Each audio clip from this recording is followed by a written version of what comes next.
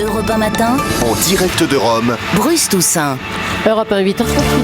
Et la revue de presse en français et en italien dans le texte avec Natacha Polony qui est ici dans le studio Europe 1 installé à l'hôtel Sofitel de Rome. Bonjour ma chère Natacha. Buongiorno tutti. Ce matin, journaux français et italiens bien sûr n'ont qu'une image à offrir. Celle de Benoît XVI, parfois croulant sous le poids de ses dorures, parfois tournant le dos à cette charge trop lourde. Le Corriere della Sera offre l'image d'un homme en prière, émacié, comme transfiguré. Le journal reprend les paroles du pape. Non ho più le forze, perdonatemi. Je n'ai plus les forces, pardonnez-moi. Il giornale le montre fatigué, s'épongeant le front. Il papa scende dalla croce. Le pape descend de la croix. Et ce titre immense, Amen. Il Tempo, le quotidien de Rome, le représente de dos, homme en blanc s'effaçant déjà. Benedetto uomo, béni soit cet homme.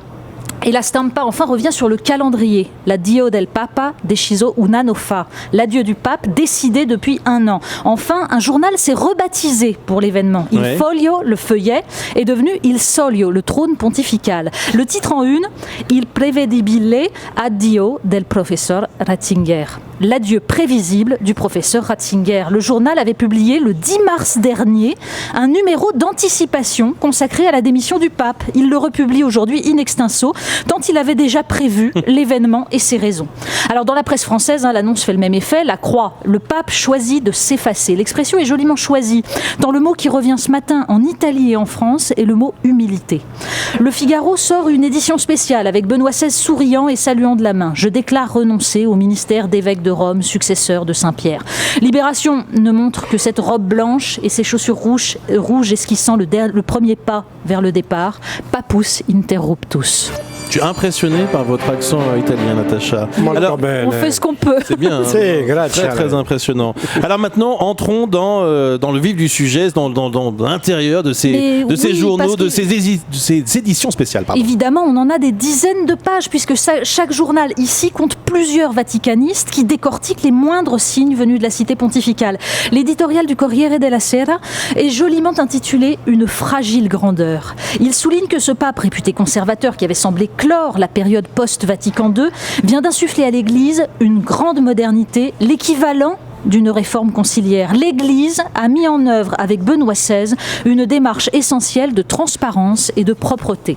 Bon, les pages suivantes, comme celle de la Repubblica, parlent surtout des luttes de pouvoir au sein de la curie, chacun s'efforçant de mesurer la subtilité des rapports de force, mais en bon allemand, nous dit le journal, Ratzinger a tout planifié. Oui, parce que justement, pour la Repubblica, le geste de Benoît XVI a le gros avantage de couper l'herbe sous le pied de ceux qui commençaient à se partager le pouvoir dans son dos. Et puis, il y a évidemment les spéculations sur le successeur. Et là, la nationalité est au cœur des discussions bien plus que les positionnements doctrinaux. Scola favori, Ravasi outsider, les Italiens touchent du doigt le trône pontifical après 3 décennies d'étrangers. Oui, le Vatican, ça reste une affaire italienne. Dans la stampa, chaque spécialiste dresse sa liste. Et alors là, quand même, derrière les Italiens, des noms reviennent, les noms de Nord-Américains notamment, Marc Ouellet ou Charles Chaput, qui pourraient, selon le journal, créer la surprise. Bon, en tout cas, ce que nous dit la presse italienne, c'est qu'un homme avait tout prévu, Nanni Moretti. Mais bien sûr, le réalisateur italien. Mais oui, le Habemus Corriere Papam. della Sera cite le film Habemus Papam, dans lequel Michel Piccoli renonçait à sa charge pontificale.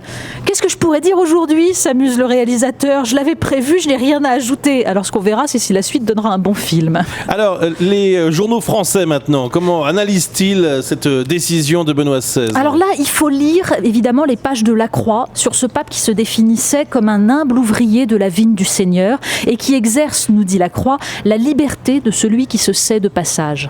Et il y a le portrait de son prédécesseur en renonciation, Célestin V, en 1494. Frédéric Mounier rappelle d'ailleurs qu'en visite dans les Abruzzes en mai 2009, Benoît XVI avait déposé sur le cercueil de verre de son prédécesseur son pallium, l'insigne de son ministère. C'était un signe sans doute. Il faut lire aussi et surtout les pages de Libération qui prouvent que l'irrévérence permet souvent les réflexions les plus intéressantes sur l'Église. Et d'abord les titres. Benoît XVI, pape amovible, j'aime beaucoup celui-là. Et en portrait évidemment du pape, Joseph Ratzinger, le berger allemand. Bon, surtout, il faut lire ces phrases. De aliquare papa cogitat. Munus mirandum exequitur saecolo nostro, etc., etc. C'est du latin, c'est l'éditorial de Nicolas Demorand, un très bel éditorial sur la lassitude métaphysique que peut ressentir un pape qui ne saurait ignorer malgré sa foi le décalage entre cette pompe séculaire et la réalité du monde. Une fatigue d'être soi, nous dit-il, qui n'épargne plus les papes, humains, trop humains, faillibles. Alors, Abbé de la Morandais, trop humain, Benoît XVI, finalement, comme le dit Libération. Moi, je regarde la couverture Charlie Hebdo, il y a Enfin libre. Oui. Ça, c'est oui, mais alors... Avec le pape et un de ses Suisses. Oui.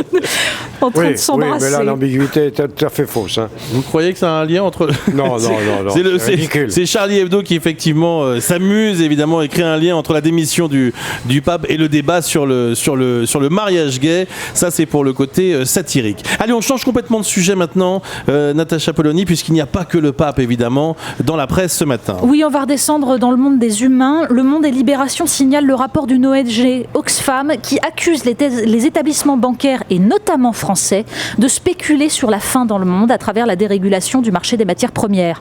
Et Le Monde précise bien sûr que la réforme bancaire si sage de Pierre Moscovici ne changera strictement rien à ce casino qui fait des morts très très concrets. On en parlait à l'instant, le débat sur le mariage gay, ça se termine à l'Assemblée, ça va arriver au Sénat. Oui, et le Parisien nous raconte les petites guerres intestines au sein des partis politiques. Et alors le plus drôle, ce sont en fait ces quelques députés PS qui osent dire qu'ils ne voteront pas le texte. Et Christiane Taubira, qui est nouvelle égérie de la gauche, sera par exemple la seule députée d'outre-mer à le voter. Tous les autres étant beaucoup plus réservés sur la nécessité de ce progrès de l'égalité. Nul n'est prophète en son pays. Et puis un mot aussi sur le scandale alimentaire là, qui a été un peu occulté finalement par la démission du pape. Oui, les lasagnes Findus doit se avec de la viande de cheval. Ouais. Oui. Mais bon, on en parle quand même encore beaucoup dans les journaux, même si ça ne fait pas de mort heureusement. Mais la Croix nous explique que la France, pays de la diversité agricole, importe le quart de sa consommation de bœuf et exporte un quart de sa production. C'est une aberration, me direz-vous. En fait, l'explication, c'est que les Français préfèrent, pour quelque temps encore, puisqu'ils ont encore un peu bon goût, la viande persillée, c'est-à-dire qui comporte ce gras qui porte justement le goût. Sauf que ce sont les bêtes de réforme, les vaches qui ont porté des veaux qui produisent ce gras. Or, nous avons de moins en moins de vaches laitières et nous produisons donc des vaches sans goût que nous exportons, tandis que nous importons les belles côtes de bœuf qui nous régalent. C'est quand même triste et c'est une nouvelle aberration de l'agriculture française. Le clin d'œil du jour. Et Libération nous apprend qu'un habitant du Tennessee a abandonné son pitbull. Et vous savez pourquoi ? Il l'a vu faire des avances à un autre mâle et plus crûment le monter. Horreur, un pitbull gay. Il l'a donc laissé au refuge qui, débordé par les chiens qui étaient déjà présents, a failli l'euthanasier, pauvre bête. Heureusement, un mouvement sur Facebook a sauvé l'animal. En quelques heures, il avait trouvé un nouveau maître. Heureusement, la lutte contre l'homophobie progresse. Merci beaucoup, Natacha Polony.